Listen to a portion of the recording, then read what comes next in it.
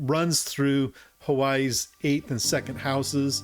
And during the overthrow of Hawaii, we can see this major stellium taking place. This is the stellium of the sun, moon, Mercury, and Venus in the sign of Capricorn in the 8th house of Hawaii. Now, I mentioned all the houses, but if we look at the way that Richard Tarnas does astrology, he doesn't even use houses. He uses the aspects between planets.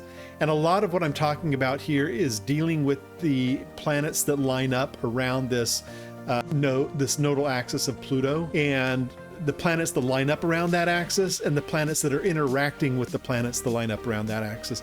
So I don't know if the houses are specifically relevant, but I have them up here anyways, and we're using them.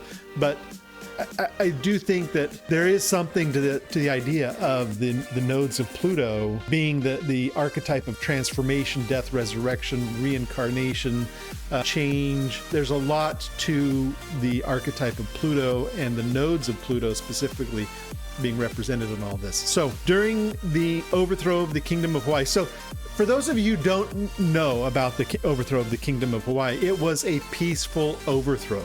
It was unbelievable.